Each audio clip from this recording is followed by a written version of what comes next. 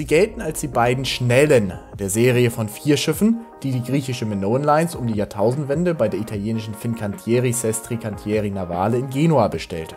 Doch was bedeutet das für die Überfahrten der beiden Schwestern? Welche Geschwindigkeiten können sie erreichen? Und auf welchen Routen kamen und kommen die Schwestern zum Einsatz? Das alles und noch vieles mehr erfährst du in der heutigen Ausgabe Fernnews Spotlight zu den Schwesterschiffen Festos Palace und Knossos Palace.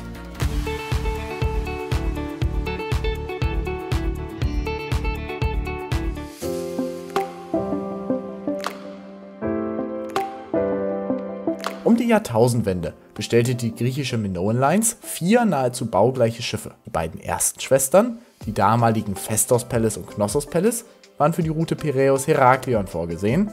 Die heutigen Festos Palace und Knossos Palace gingen als Europa Palace bzw. Olympia Palace auf der Route Patras, Igoumenitsa, Ancona in Dienst.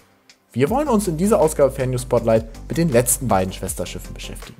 Die heutige Knossos Palace lief am 14. Juni 2001 auf der Fincantieri Sestri Cantieri Navale in Genua vom Stapel und wurde am 11. Dezember 2001 als Olympia Palace an Minoan Lines übergeben. Ab dem 12. Dezember 2001 kam sie auf der Verbindung zwischen Patras, Igoumenitsa und Ancona zum Einsatz. Ihre Schwester, die heutige Festos Palace, lief am 26. Oktober 2001 vom Stapel und wurde am 10. Mai 2002 als Europa Palace an Minoan Lines abgeliefert. Ab dem 14. Mai 2002 kam auch sie auf der Verbindung Patras, Igoumenitsa, Ancona zum Einsatz. Beide Schiffe sind 214 Meter lang, 26,4 Meter breit und weisen einen Tiefgang von 7,1 Metern auf. Sie erreichen eine Höchstgeschwindigkeit von 31,5 Knoten und bieten im Sommer Platz für 2184 und im Winter für 1865 Passagiere. Auf 1932 Lademetern können bis zu 735 Pkw oder 135 Lkw und 100 Pkw transportiert werden. Die frühere Europa Palace kam vom 29. Januar bis zum 13. Februar 2006 auf der Strecke Piräus Heraklion zum Einsatz, ehe sie am 14. Februar 2006 auf ihre angestammte Route zurückkehrte.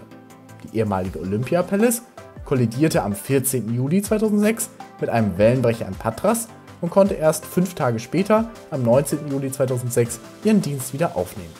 Ab August 2006 verkehrte die Europa Palace statt nach Ancona nun nach Venedig. Ab Dezember 2009 wurde zusätzlich die griechische Insel Korfu angefahren. Die Olympia Palace wurde vom 2. bis zum 18. November 2009 ebenfalls auf der Relation Piräus Heraklion eingesetzt, ehe sie vom 5. Mai bis zum 25. Dezember 2010 auf die Verbindung Patras, Korfu, Igoumenitsa, Venedig wechselte. Die Europa Palace kehrte vom 13. bis zum 21. Januar 2010 ebenfalls auf die Verbindung Piräus Heraklion zurück. Vom 19. bis zum 23. Februar verkehrte die Europa Palace zunächst auf der Verbindung Patras, Igoumenitsa, Ancona, ehe sie ab dem 24. Februar 2010 wieder die Verbindung Patras, Korfu, Igoumenitsa, Venedig bediente.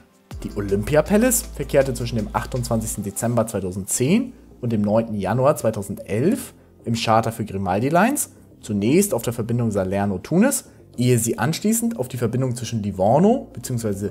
Civitavecchia und Barcelona wechselte.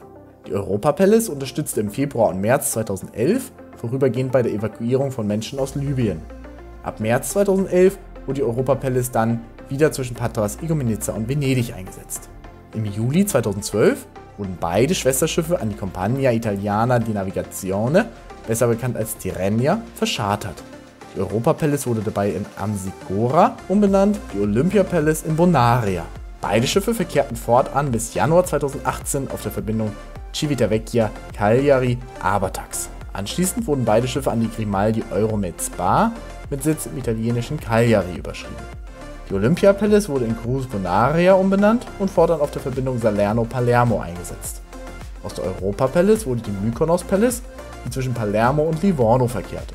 Bereits im Juni 2018 ging die Mykonos Palace zurück zur Minoan Lines und wurde fortan auf der Verbindung Piräus-Chania eingesetzt. Die Cruz Bonaria kollidierte am 24. Januar 2019 bei starkem Wind während des Auslaufens aus dem Hafen von Olbia mit der Atara. Am 21. Dezember 2020 kehrte auch die Cruz Bonaria zur Minoan Lines zurück und wurde in Knossos Palace umbenannt. Sie verkehrt seitdem auf der Verbindung Piräus Heraklion. Im Februar 2020 wurde bereits die Mykonos Palace in Festos Palace umbenannt. Auch die Festos Palace verkehrt nun auf der Verbindung Piräus Heraklion. Wenn ihr selbst einmal die Route zwischen Piräus und Heraklion nutzen möchtet, dann bucht euer Ticket für die Fähre doch gerne bei unserem Partner Fähren.net. Hier seht ihr bei eurer Buchung außerdem auch direkt alle alternativen Überfahrtsmöglichkeiten, sollte eine Abfahrt einmal beispielsweise nicht in euren Zeitplan passen. Außerdem erhaltet ihr während des Buchungsvorgangs eine Preisübersicht der einzelnen Reedereien. Bei Fähren.net könnt ihr so Fähren einfach online buchen. Den Link zu Fähren.net findet ihr auch ganz oben in der Videobeschreibung oder am Ende dieses Videos in der Endcard. Die Festos Palace und die Knossos Palace besitzen beide unter anderem einen Schwimmbereich mit getrenntem Kinderpool, ein Spielcasino, Shops, ein Kino, eine Disco und mehrere Restaurants. An Bord der Schiffe gibt es 9 Kabinenklassen. Alle Kabinen verfügen über WC und Dusche, ein Großteil auch über einen Fernseher. Die Kabinen sind 2- bis 4-Bettkabinen, Luxuskabinen besitzen 1 oder 2 Betten. Insgesamt verfügt das Schiff über 744 Kabinenplätze sowie zahlreiche Pullman- und Business-Sitze. Für Haustiere gibt es einen Spezialbereich an Deck. Bist du schon einmal mit der Festos Palace oder mit der Knossos Palace gefahren? Dann würden wir uns sehr über deine Erfahrungen in den Kommentaren freuen. Selbstverständlich darfst du aber auch wie immer bei Fragen oder Anmerkungen den Kommentarbereich nutzen. Wir hoffen, dir hat dieses Spotlight gefallen. Für die Buchung deiner Fährüberfahrt kannst du jetzt auf den Link zu Fähren.net klicken. Ansonsten lass gerne noch ein Abo da.